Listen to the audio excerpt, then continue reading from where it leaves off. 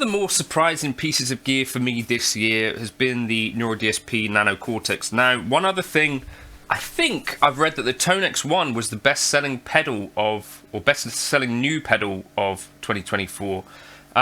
Quite a lot cheaper than the Nano Cortex and can do pretty much a similar job now that it has the effects too. But in this video, I wanted to kind of discuss what seems like a small change, but actually I think it's probably a fair amount of work, but that I'm basically begging Neuro DSP to do, because two changes. I think they would really make this thing even better. This channel is supported by TrueFire. TrueFire is an online library of lessons from some of my favourite... Alright, give it a rest, bud. Anyway, the All Access Pass membership is available for $150 off at the moment up till Christmas Eve. If you're looking for an opportunity to get in at that, so $99 for access to all of the TrueFire stuff for a year. Pretty good deal.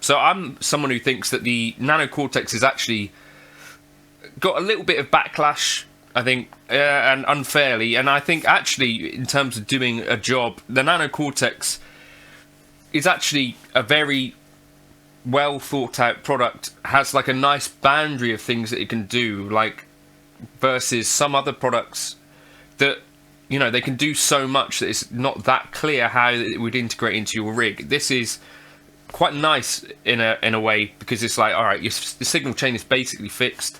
You've got a noise gate, a pitch block, you've then got the capture and IR, then you've got a dimension chorus block, like Boss dimension, then you've got a delay, analog style delay, and then you've got a reverb. So that's basically how things work on here. It's quite a simple approach. There's one thing though, I think, first of all, I would say a global EQ on here might be the sort of thing that if this is actually going to get used on a pros board and out on gigs and stuff like that, might be really beneficial. So that could be something worth adding if it's at all possible. The workaround to this is that in the cab there is a high cut and a low cut. So if you're loading an IR, you can put a high cut or a low cut on there. So it's not an end of the world thing. So if you're on a gig and you're like, actually in this room my FRFR is sounding very boomy, you could bring in a low cut on the cab. You just remember to do that on each of the presets that you're using, if you're using presets, which is like 4 on a gig, unless you're using MIDI, in which case again that then becomes a little bit less manageable. The big change that I think they should be thinking about doing, so okay, the noise gate up front is a thing, the pitch block second of all up there in front of your amp and cab, to me seems like a thing that some people are going to use, right?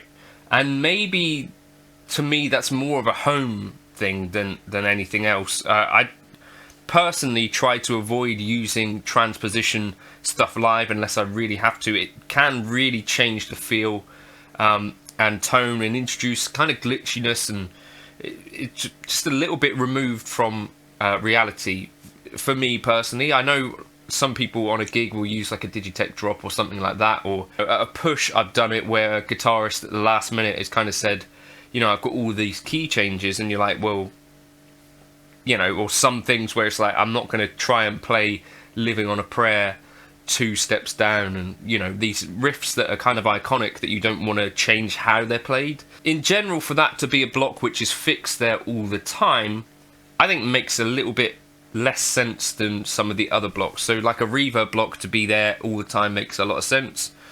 A delay block to be there all the time makes a lot of sense. An amp and cab to be there all the time makes a lot of sense. The pitch block to me stands out as the one which is like, well, that's kind of a utility thing, not going to be useful all the time, not going to be useful for every single person. And to me, this is one area where perhaps, and this is kind of the proposition, that particular block, so the second block in the Nano Cortex signal chain, could be switched out for other things. So for example, my good buddy David Beebe has talked about this, like what if you could switch that out? You know, there's not a compressor block in here, there's not an overdrive block, particularly a drive block I think would be super useful in terms of actually being something that could pretty much get you through a gig. It can already, but if you had a drive block that you were able to switch up in front, it would mean that you didn't have to bake in the captures, and it would give you that added sort of flexibility where, say, I don't know, your favorite blues driver, you could just, you know, load up that in the drive block, because Neural DSP actually have a pretty decent selection of drives in their library. Bob's your uncle. So that's kind of my thinking on that. Either a drive block or compressor. So maybe you could have it so that that second block is like your utility block, and you've got like it doesn't even have to be the whole choice of what you get in a Quad Cortex necessarily, but you could load a couple of compressors, you could load a few drives. I think that would really open up the Nano Cortex in a big way. Let me know your thoughts on that in the comments, and let me know if that's a change that you would welcome if you're a Nano Cortex user, or whether this would be the sort of thing that would actually make you more likely to jump on the Nano Cortex if you're thinking it's missing that thing for the moment. I'd love to know, so, you know, if people agree with that. The other thing that's a little bit weird, but I'll just mention it here, is that some of the captures that are factory captures on the Quad Cortex, you don't have access to them as a Nano Cortex owner. So that one's a little bit of a weird one, where it's like, well, quite a lot of the factory captures are what people really liked. So instead of just surfing the web or the cloud for, you know, user created captures, I think it would be nice to be able to access some of the actual factory captures. So I don't know if that's something that they'd be able to make possible at all. That's kind of like a casual suggestion to stick on the end there, but at least changing that second block there so that it could be something other than the pitch block, I think would really transform the Nano Cortex. I don't know. Let me know your thoughts. You can jump onto the cloud and grab my Two Rock captures. I also captured the Van Wilden Royal Overdrive. If you want them, feel free to use the Buy Me a Coffee link if you get any use out of those captures. I'd appreciate that. Obviously, you can't sell stuff on the Nano Cortex, so. But yeah, let me know your thoughts. Cheers.